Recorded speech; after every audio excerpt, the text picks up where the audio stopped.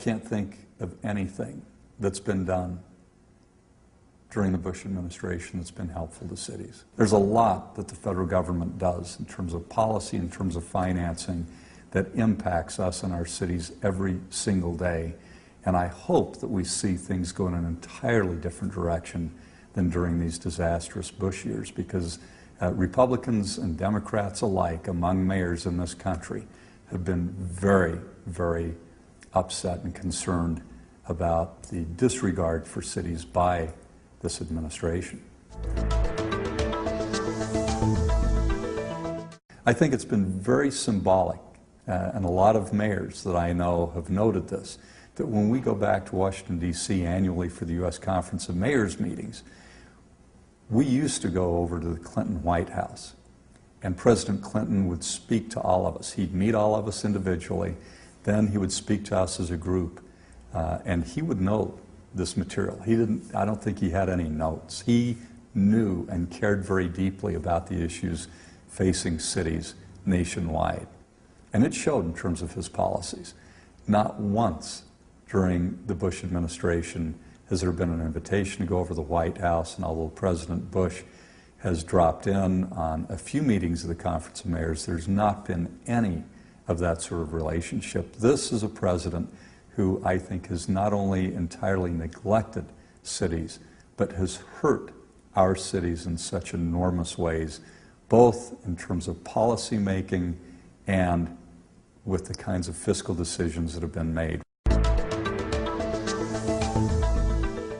Immigration issues, which we in our cities are facing all the time, and the people in our cities, employers, immigrants, all of us are due a good, compassionate, reasoned response from our federal government. We need solutions, and we don't need more of this, I think, very cowardly demagoguery that's driven by the worst kind of politics about immigration.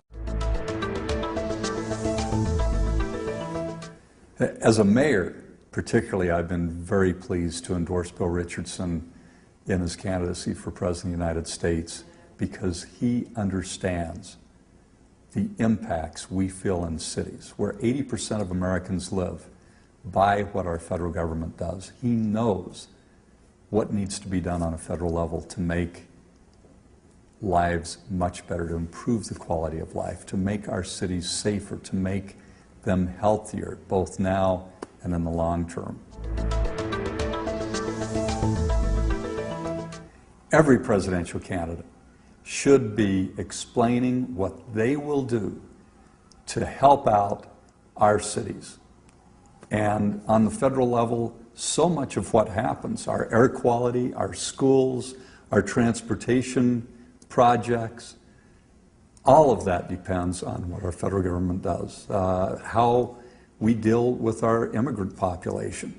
We need these solutions, and these candidates need to be looking straight, telling it straight to the American people in terms of what they will do as president in helping lead this country toward a much better, more progressive, more productive relationship with our cities.